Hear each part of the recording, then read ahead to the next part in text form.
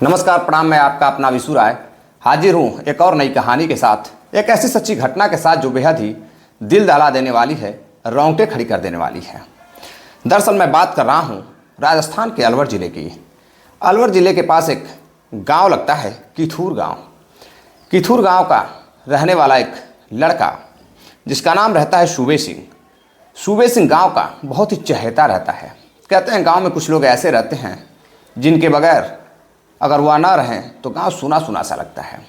सूबे सिंह भी कुछ इसी तरह का व्यक्ति रहता है। वह अक्सर सुबह सुबह लोगों के घरों में जाकर लोगों से मिलता था, लोगों से बातें करता था, हंसी मजाक किया करता था। गांव का वह एकलौता कहें कि चहेता लड़का रहता है। सभी लोग उसे इज्जत देते थे। गांव का बहुत ही सम्मानित लड़का रहता है। पढ़ाई लिखाई में भी सूबे सिंह काफ़ी अच्छा लड़का रहता है। सूबे सिंह अपना खेती बाड़ी देखता था, दुकान वगैरह भी समय समय पर देखा करता था। अब सूबे सिंह करीब 27 से 28 साल का जब हो जाता है, अब उसके परिवार वालों को उसकी शादी की चिंता सताने लगती है। अब उसके माँ बाप सूबे सिंह की शादी अलवर के एक गांव में एक बेहद ही सुंदर लड़की के साथ तय कर देते हैं।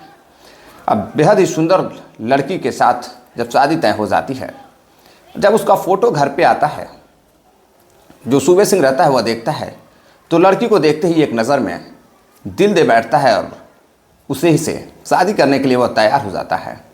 अपने माँ बाप को कहता है कि माँ, अगर दहेज ना भी मिले तो भी मैं शादी करने के लिए इस लड़की से तैयार हूँ, क्योंकि ये लड़की बहुत अच्छी है, मुझे पसंद है। अब माँ बाप उसकी शादी उसी लड़की प्रियंका से तय कर देते हैं। और जो प्रियंका रहती है वह बेहद ही होनहार लड़की और पढ़ी लिखी रहती है। अब प्रियंका से उसकी शादी फिक्स हो जाती है। कुछ दिनों बाद, करीब 1 से 1.5 महीने बाद दोनों की सगाई होती है। सगाई होने के बाद कुछ दिनों बाद ही दोनों की शादी हो जाती है।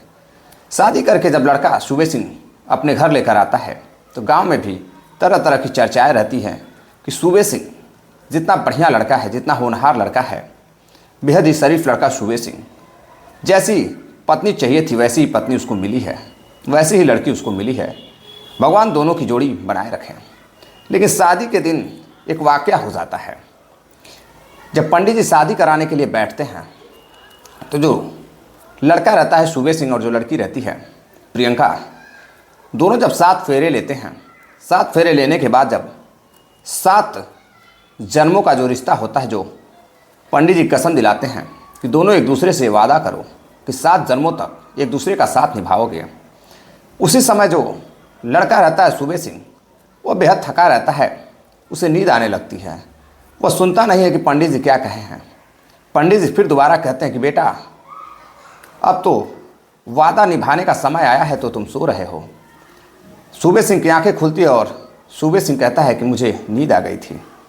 पंडित जी कहते हैं कि वादा करो कि लड़की के साथ तुम 7 जन्मों तक साथ रहोगे, साथ निभाओगे। लड़का कहता है बिल्कुल पंडित जी, मैं 7 जन्मों तक लड़की का यानी कि अपने धर्मपत्नी का साथ निभाऊंगा। लड़की से पूछा जाता है तो लड़की भी कहती हाँ, मैं भी 7 जन्मों तक साथ निभाऊंगी। पंडित जी कहते हैं कि दोनों एक दूसरे पर इतना विश्वास करना, इस तरह से रहना, एक दूसरे की बातों को मानना, ताकि तुम्हारे जीवन में कोई कठिनाई न आए। अब लड़का सूबे सिंह 7 जन्म तो दूर, वह 7 साल भी अपने पत्नी का साथ नहीं निभा पाता है और उसकी मौत हो जाती है। दरअसल अलवर के किथूर गांव का रहने वाला सूबे सिंह 8 फरवरी 2024 की सुबह 7 बजे जब उसकी पत्नी कमरे से सोकर बाहर निकलती है तो वह देखती है कि उसका पति बाहर बाथरूम के बाहर गिरा पड़ा है। और वह अपने पति को गिरा हुआ देखकर दौड़ कर जाती है और अपने पति सूबे सिंह को उठाने की कोशिश करती है तो सूबे सिंह ना हिल रहा था, ना कुछ बोल रहा था। और वह ज़ोर ज़ोर से आवाज़ लगाने लगती है, चिल्लाने लगती है। तो घर के ऊपर कमरे में उसका एक भतीजा रहता है। वह भतीजा दौड़ कर आता है, बोलता है चाची क्या बात हो गई, क्यों चिल्ला रही हो।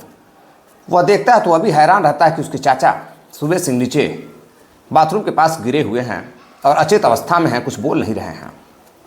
अब फ़ौरन ही वह दौड़कर बाहर जाता है और पड़ोसियों को बताता है कि उसके चाचा सूबे सिंह बाथरूम के बाहर गिरे हुए हैं और कुछ बोल नहीं रहे हैं।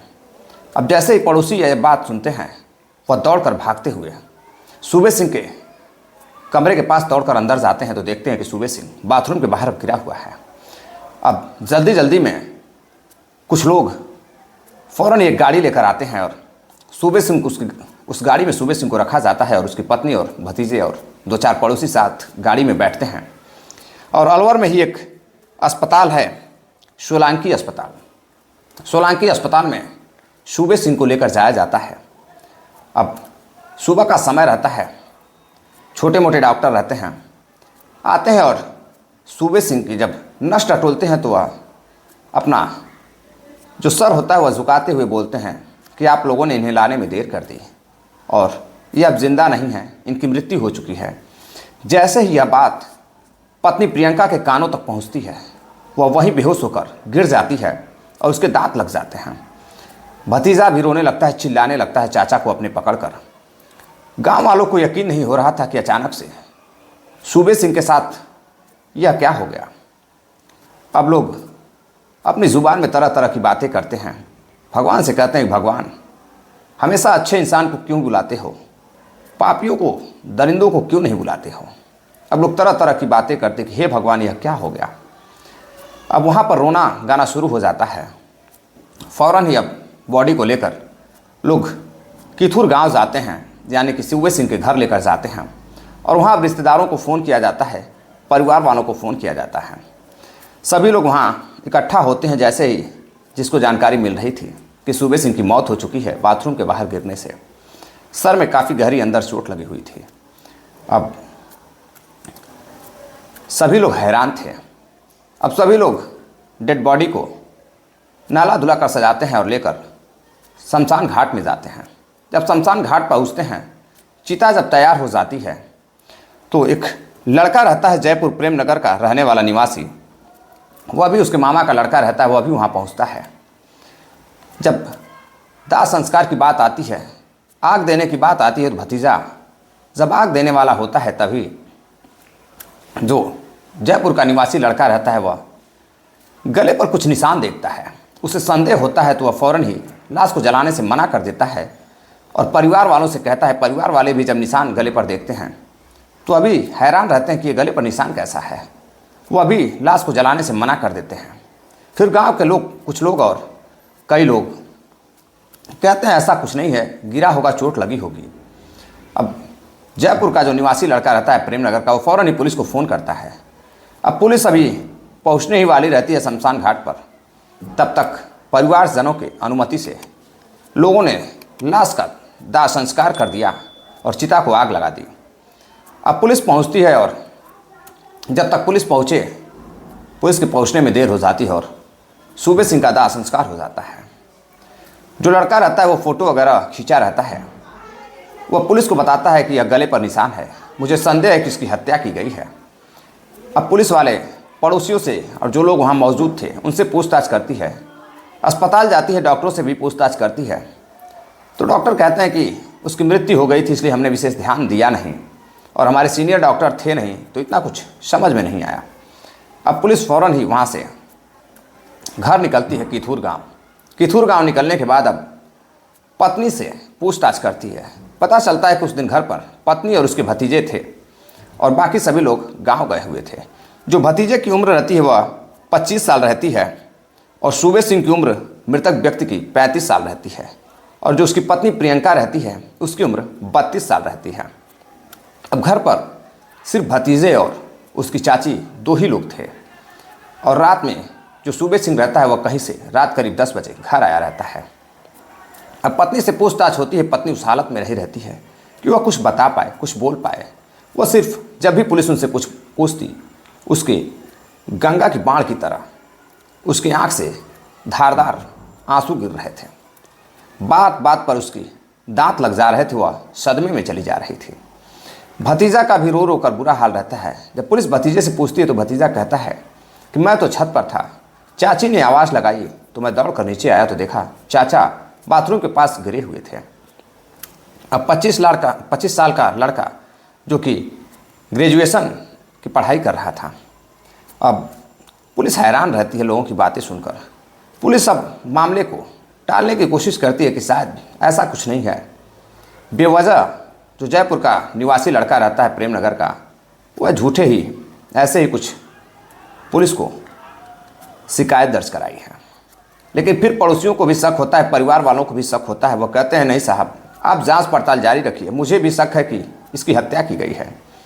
अब जब परिवारजन कहते हैं कि इसकी हत्या की गई है, तो अब पुलिस पत्नी का इलाज कराकर डॉक्टर को दिखाने के बाद अब जब पत्नी थोड़ी ठीक होती है तो पत्नी से पूछताछ शुरू करती है। करीब 8 फरवरी को हत्या होती है और 14 फरवरी को पुलिस जब पूछताछ करती है, जब पत्नी सही हो जाती है, जब पूछताछ होती है तो पत्नी पहले तो इधर उधर की बातें करती, लेकिन सारी जो शक की सुई थी सब कुछ अब पत्नी की तरफ जा रही थी। अब पत्नी से कड़ाई से जब पूछताछ होती है तो पत्नी टूट जाती है, रोने लगती है और प्रियंका एक ऐसी हकीकत बताती है जिसे सुनकर सारे गांव वाले, पुलिस, पड़ोसी सभी लोग हैरान रह जाते हैं। परिवार वाले दंग रह जाते हैं, उनके होश उड़ जाते हैं। दरअसल प्रियंका बताती है कि शादी के बाद से ही जब वह शादी करके घर पर आई थी तो कुछ दिनों बाद वह जब नहाकर अपने कमरे में जाती है तो उसका जो भतीजा रहता है वह अपने चाची को देख रहा था। महज दोनों की उम्र में 5 साल का फ़र्क रहता है। रिश्ता भले ही चाचा भतीजी का था, चाची और भतीजे का था, लेकिन जो भतीजा था वो अपने चाची को बेहद पसंद करता था। एक दिन वह अपने चाची को जब कमरे में जाते हुए देखता है और कोई नहीं रहता है तो वह चाची के पास जाता है, बातचीत करने लगता है। दोनों एक दूसरे के साथ दोस्त जैसा व्यवहार करते थे। भले ही रिश्ता चाची और भतीजे का था, दोनों एक दूसरे से बातचीत करते करते एक दूसरे को इस कदर से दिल दे बैठते हैं, एक दूसरे से इस कदर मोहब्बत करने लगते हैं तो अब एक दूसरे से शादी विवाह तक करना चाहते थे। अब इसके लिए उसके चाचा का मरना जरूरी था। अब दोनों मिलकर एक प्लान बनाते हैं। प्लान के तहत जो चाची और भतीजे रहते हैं वह प्लान बनाते हैं और प्लान के तहत एक दिन जो सूबे सिंह रहता है जब रात को घर आता है, कोई परिवार में रहता नहीं है, तो दोनों रात को शारीरिक संबंध बना रहे थे। तभी पति जो है अचानक सूबे सिंह अपने कमरे से उठकर भतीजे के कमरे की तरफ जाता है तो देखता है कि भतीजे के कमरे में कुछ आवाज़ें आ रही हैं। जैसे ही भतीजे के कमरे में जाता है तो वह देखता है कि कमरे के बाहर जो खिड़की रहती है वहाँ से वह देखता है कि भतीजे के कमरे में भतीजा और उसकी पत्नी प्रियंका दोनों नग्न अवस्था में आपत्तिजनक स्थिति में हैं। वो फ़ौरन ही दरवाज़ा खोलकर अंदर घुसता है और दोनों से पूछता है कि तुम लोग ये क्या कर रहे हो।